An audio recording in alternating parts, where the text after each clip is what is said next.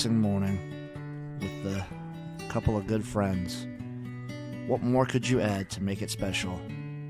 Well, I'll tell you what you can add. You can add shitloads of money, gambling, round robins, teasers. We have it all here on Brunch Betting. That's right. It's XFL Jim, Chase, Lupin Fiasco Sessions, and Eric Uncle Rico Magoo giving you the best sports plays you can find.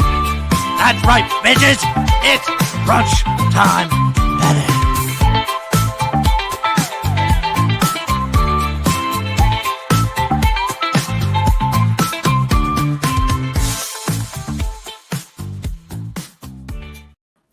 What is up? What is up? I am rolling solo. Chase is at Daddy Day Camp, and Jim is going to some country singer I have never heard of.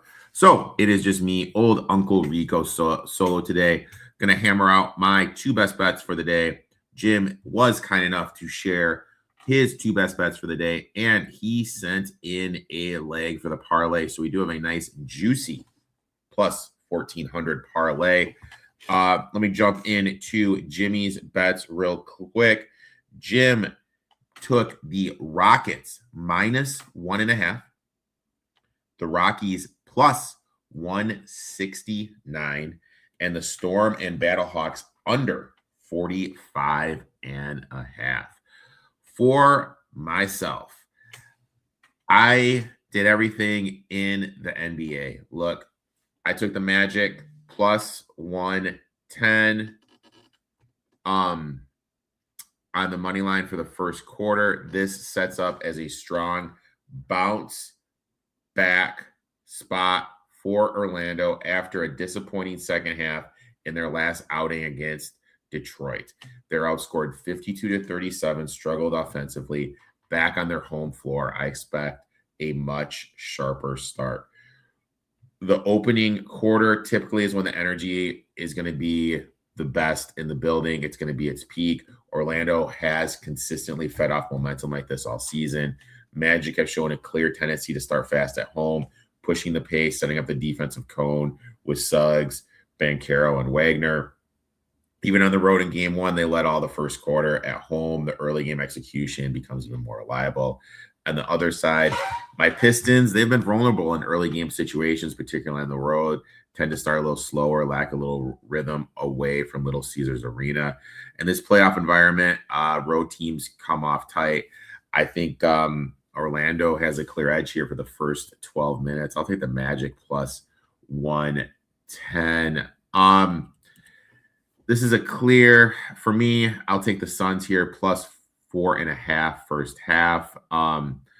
This is a classic trend-driven play. Teams trailing 0-2 heading into game 3.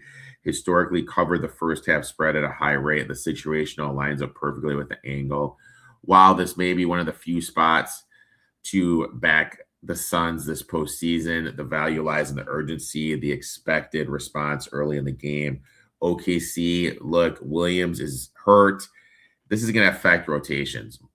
This Thunder team is fucking great, no doubt. First game without him could be a little wanky.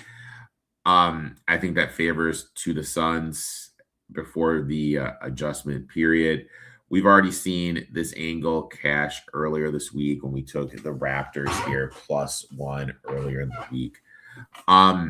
For my next bet, again, staying in the association. And this is a grimy one, boys, because he was dog shit. We are taking Josh Hart over 11.5 points. We're looking at back Hart. Disappointing 1 for 9, 0 for 4 from deep. Had 15 points in game 1. Just had a bad, 15 points in game 2, 11 points in game 1. Just had a bad shooting night. That happens with Hart. He's not a high percentage shooter, more of a rhythm pace guy. I think the Knicks are going to look to push the pace a little bit more. From the people that have been following me, I have been playing as over 12.5 rebounds and assists. That's juiced up now to 13.5, 14.5. That's getting a little bit too high, so I'm not going to go to that area. I'm just going to play the points here. I think Hart, we see that point, that bounce back point, that bounce back, him go over this number. If you really want to get really spicy, you can play the adjusted 15 and 20 at better numbers, but I'm not going to do any of that. I'm just going to play the over 11.5. You can get this at even money over at our friends on Bet365. Got some comments chiming in. Just some dude pushing the Discord. Let's go ahead. Let's see what the parlay of the week is. This parlay is plus 1453. Jim's taking Newcastle. I mean, I know nothing about EPL. This is all a Jimmy bet. Jim is totally taking Newcastle here on the money line plus 650. For me, I took Zach Wheeler over 15.5 outs. Wheeler returns to the mound after having the blood clots in his shoulder. I think he's going to go 6. The Phillies have indicated he's going to go 90 pitches or 6 innings. Historically, Wheeler has been one of the more reliable innings eaters in baseball. Prior to the injury, consistently averaged over 6 innings per start, supported by elite command, low whip, strong strikeout numbers. Even in rehab, he demonstrated the readiness by ramping up his pitch count and delivering multiple 5+ innings performance.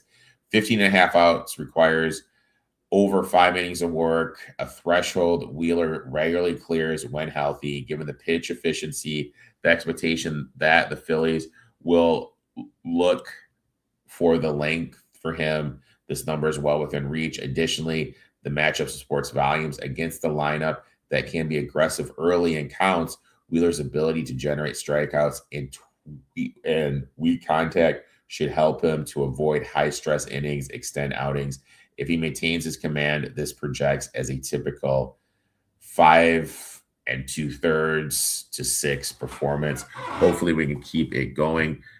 Last week's parlay, I believe this was it. Yes, last week's parlay did get it done.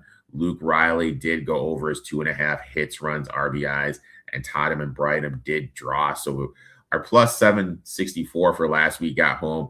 We doubled it. We're going plus 1453. Hopefully, Jim and I can get this home for you guys. Appreciate each and every one of you tuning in. Again, sorry, just stuck with me today as the other 2 boys are out. I will be back tomorrow with my NBA props, and Monday with my NBA props, and Tuesday on the eTop 21 Sports Show. You guys are going to be seeing a lot of me during the NBA playoffs. Appreciate each and every one of you guys tuning in. We'll be back next week. Chase and I will be talking a little Kentucky Derby on this. Best of luck in all your bets, and let's make some money, boys and girls.